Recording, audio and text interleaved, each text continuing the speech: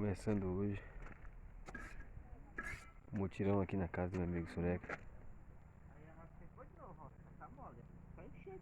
Graças a Deus, chamamos os colegas ali, estão lanchando.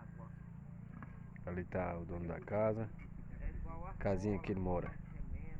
Por isso a gente organizou o mutirão para vir fazer essa outra aqui pra ele, entendeu? E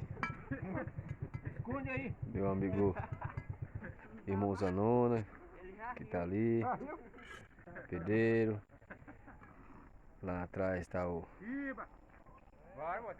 Padre Louro. Aí tá seu Miúdo. E se Deus quiser, nós estamos em torno de 8 pessoas. E se Deus quiser, a gente vai deixar nosso amigo sair daquela casinha ali e vir pra essa outra aqui. Se Deus quiser, com a nossa ajuda. Vamos chegar lá.